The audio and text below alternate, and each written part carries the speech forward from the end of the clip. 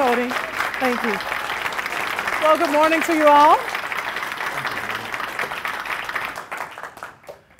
My Uncle Cleveland was a big guy, a round guy with a pot belly, and he always seemed to have on dress pants that were high water.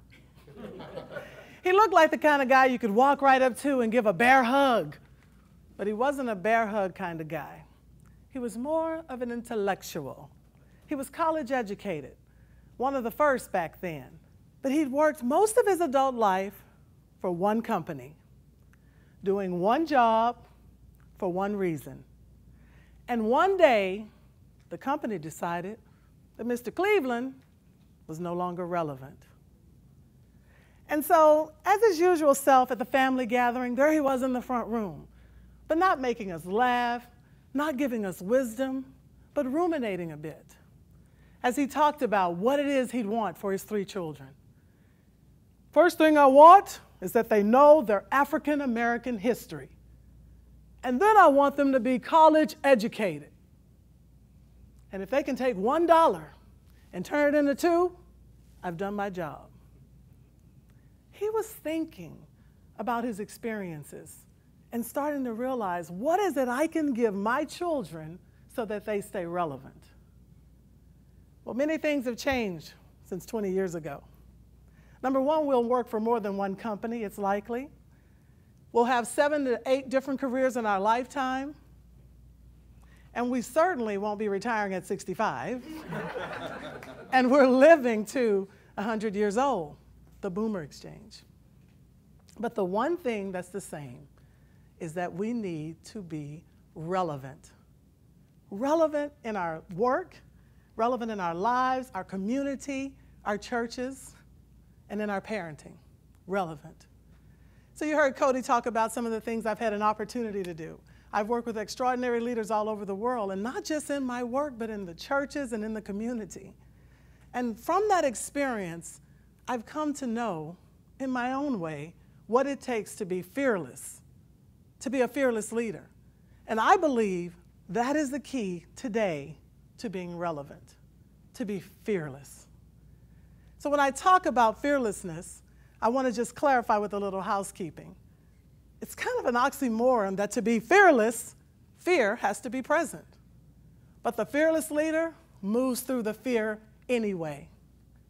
To be fearless, risks are in the equation. The fearless leader assesses the risk, accepts the risk, and moves forward anyway. He or she decides, let the chips fall where they may, and I'll deal with it. Fearless leader. Now, if you can, I want you to stand to your feet if you consider yourself a leader. Do you consider yourself a leader? Stand to your feet.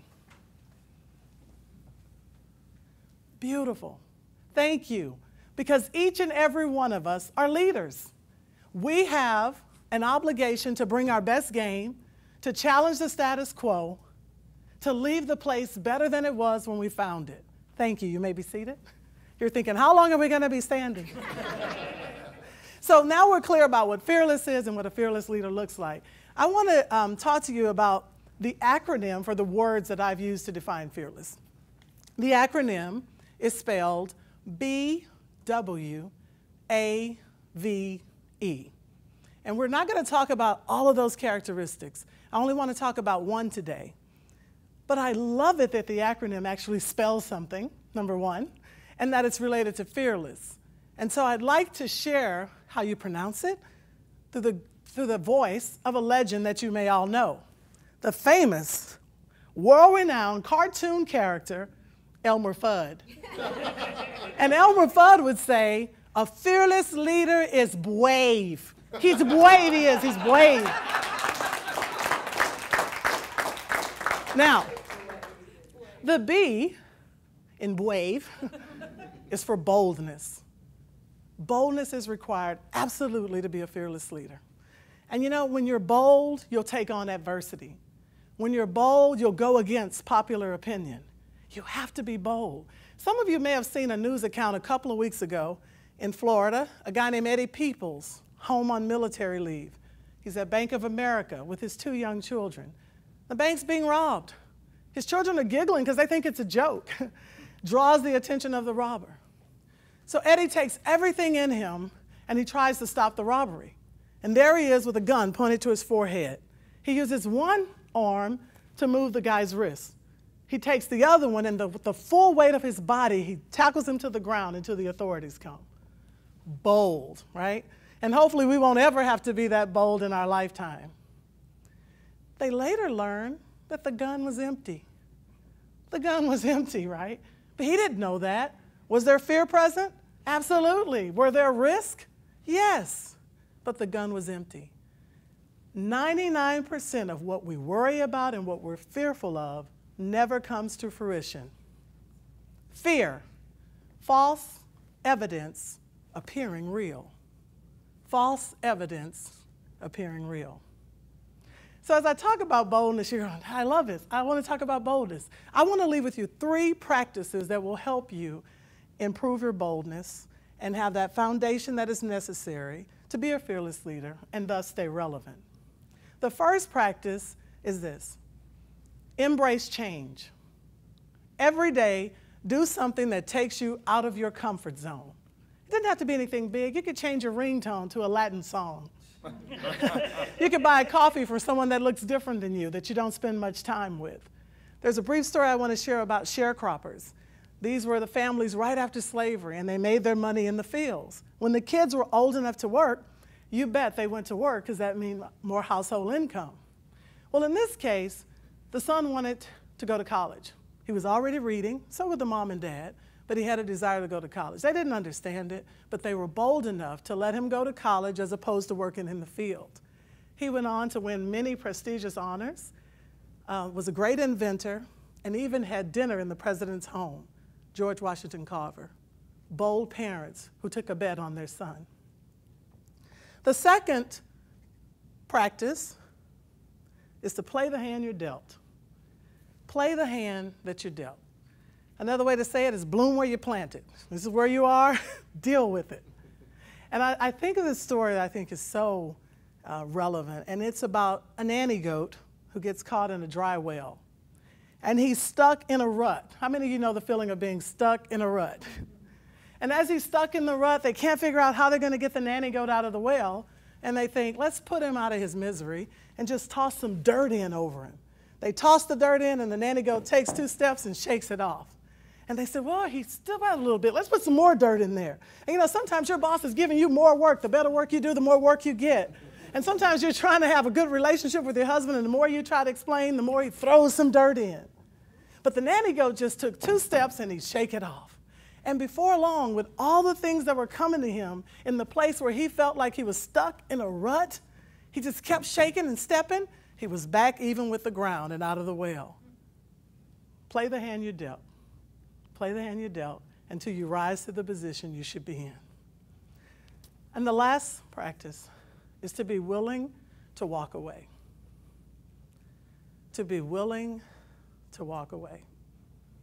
And it's a lot easier to say than it is to do.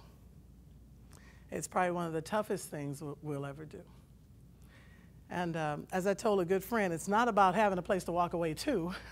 It's about being willing to walk away without even having a clue of your options. In 2005, I was in my doctor's office, and they had a beautiful view of Rice University. You could see the track field. So you got a contrast of green trees, a black track field, and white chalk, and runners each in their lanes preparing to run. Some sprint, stretch, exercise. And it was April. And in Houston, it's not as hot as it is now in April. It was just warm, really warm. Warm like the tears that were coming down my face as he explained to me the diagnosis from the battery of tests that I'd undergone. And I listened to him as he talked about what I was going to need for this rare disease. It had this huge name, arrhythmogenic right ventricle dysplasia, ARVD. I had no idea what that was. And he said, well, you know what, I don't want you to have another cardiac event. And so here's the deal. Let's put it in, or you'll never brainstorm in a meeting room again. More tears.